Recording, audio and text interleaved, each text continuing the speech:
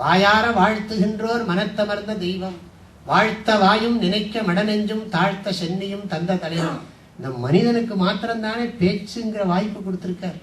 அது எத்தனை வகையான மொழிகள், எத்தனை உணர்ச்சிகளை எல்லாம் வெளிப்படுத்துற எத்தனை பாடல்கள். தூயோமாய் வந்து தூமலர் தூவி தொழுது வாகினால் பாடி வனத்தினால் சிந்திக்க போய பிழையும் புகுதருவான் நின்றனவும் தீயினில் தூசாகும் செப்பேலோர் எம்பாவாய். அதனால வாயினால் பாடி மனத்தினால் சிந்திக்க எப்படி பாடுறா பாருங்க ஆண்டாள். மாயனை மண்ணு வடமதுரை மைந்தனை தூய பெருநீர் யமுனை துறைவனை ஆயர் குலத்தினில் தோன்றும் அணி விளக்கை தாயை குடல் விளக்கம் செய்த தாமோதரனை. இந்த வாக்குக்கு எவ்வளவு புண்ணியம். வாயே வாழ்த்துகின்றாய்.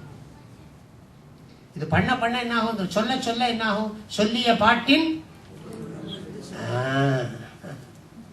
சொல்லிய பாட்டின் பொருள் உணர்ந்து சொல்லுவார் செல்வர்.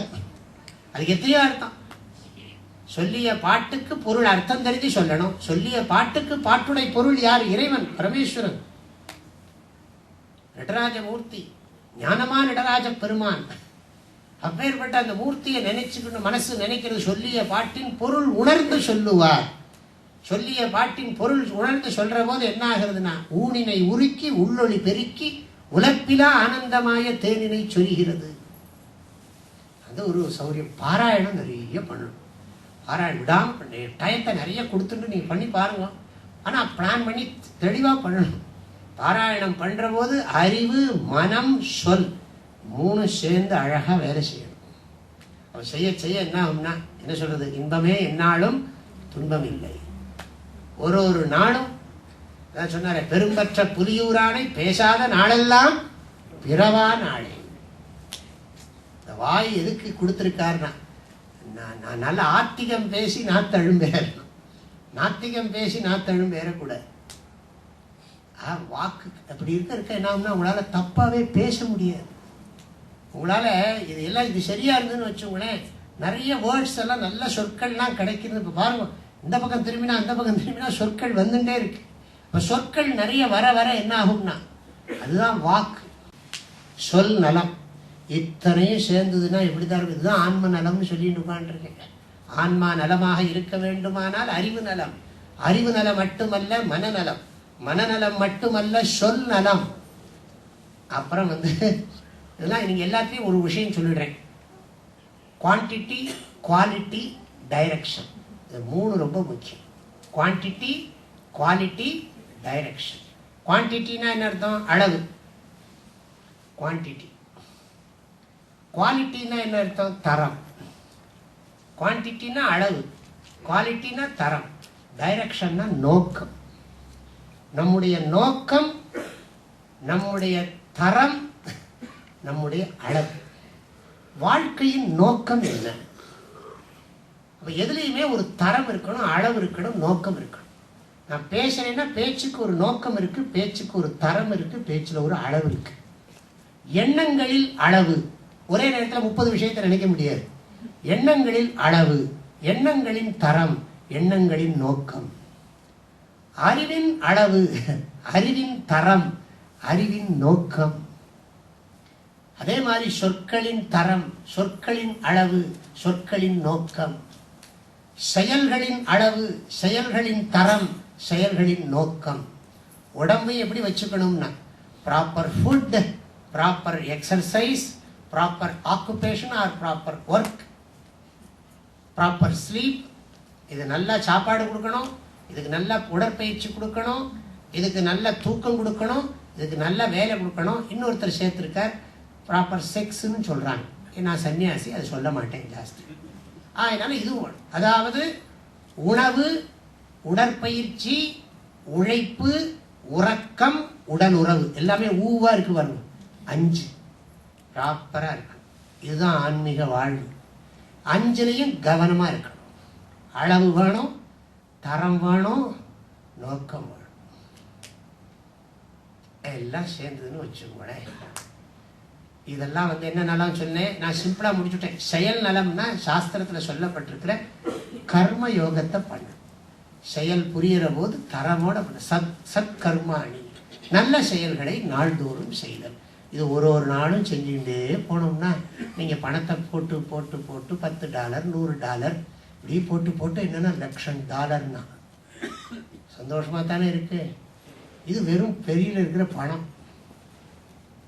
ஆனால் இதே மாதிரி உள்ளுக்குள்ளே இந்த குவாலிட்டியை போட்டுகிட்டே போனால் ஒரு 2 திருக்குறள் 3 திருக்குறள் இறைவனுடைய திருநாமம் ஜபம் படிப்பு உபன்யாசம் இப்படியே கேட்டுக்கிட்டால் இது என்ன ஆகும்னா இந்த செல்வம் என்னதுன்னா தூக்கிட்டு போகலாம். இந்த செல்வத்தை செத்த பிறகும் தூக்கிட்டு போகலாம். இந்த செல்வத்தை யாருக்கும் கொடுத்தாலும் குறையாது, விருத்தி ஆகிறது. அந்த செல்வத்தை என்ன பண்றது? அதனால இந்த செல்வம் இருந்தால் அந்த செல்வம் தானே வணங்கும். எல்லா செல்வமும் இருந்தால் நல்லா எல்லா புறச்செல்வங்கள் எல்லாம் அகச்செல்வம் சரியாக இருப்பவனை நோக்கி புறச்செல்வங்கள் தாமே வருகின்றன. அதுக்கு ஒன்றும் நீங்கள் பிரயத்தனமே பண்ண முடியாது. ஆசைப்பட்டு நீங்கள் ஓடினீங்கன்னா அது ஓடிகிட்டே இருக்கும். ஆனால் நீங்கள் குவாலிட்டியை இம்ப்ரூவ் பண்ணியாச்சுன்னா பணம் எங்கே போகும்?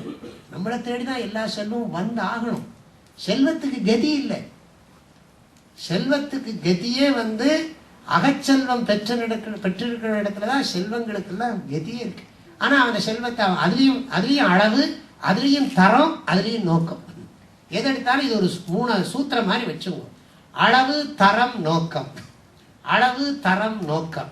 நமது வாழ்க்கை சரியான நோக்கத்தை உடையதாக, சரியான தரத்தை உடையதாக, ஒவ்வொரு நாளும் சரியான அளவோடு செல்லுமே ஆனால் அதுவே ஆன்மீக வாழ்வு என்று சொல்லி, உங்களுடைய வாழ்க்கை சரியான அளவில் சரியான தரத்தில் சரியான நோக்கத்தோடு இருக்க வேண்டும் என்று சொல்லி உங்கள் அனைவரையும் மனமாற வாழ்த்தி, உங்கள் அனைவருக்கும் உறவு நலம், பொருள் நலம், சொல் நலம், செயல் நலம், உடல் நலம், மனநலம், அறிவு நலம் அனைத்தும் உங்களுக்கு கிடைத்து நீங்கள் ஆன்ம நலத்தை அடைய வேண்டும் என்று ஆண்டவனை, சிட்னி முருகனை மனமாற பிரார்த்தனை செய்து சைவ மன்றத்தினரை மனமாற வாழ்த்தி இந்த வகுப்பை, இந்த நிகழ்ச்சியை இந்த அளவிலே நிறைவு செய்கிறேன்.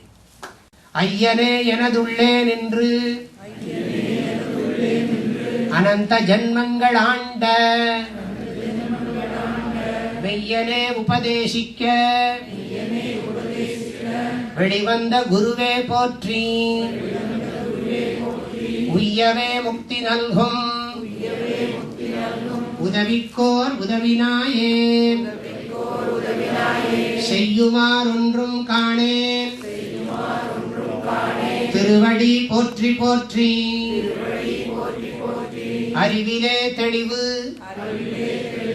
நெஞ்சிலே உறுதி அகத்திலே அன்பினோர் வெள்ளம்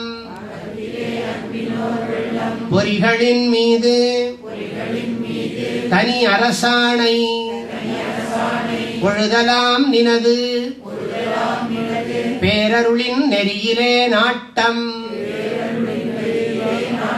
கருமயோகத்தில் நிலைத்திடல்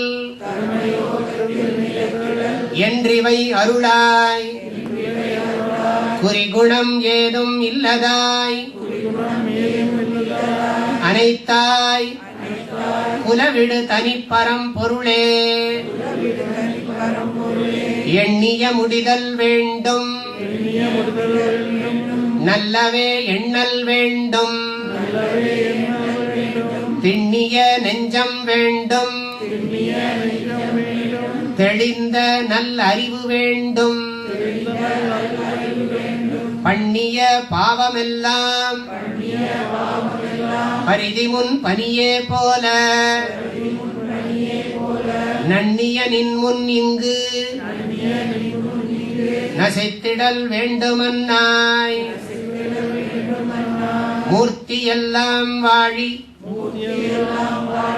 எங்கள் மோன குருவாழி அருள் வார்த்தை என்றும் வாழி அன்பர் வாழி பராபரமே.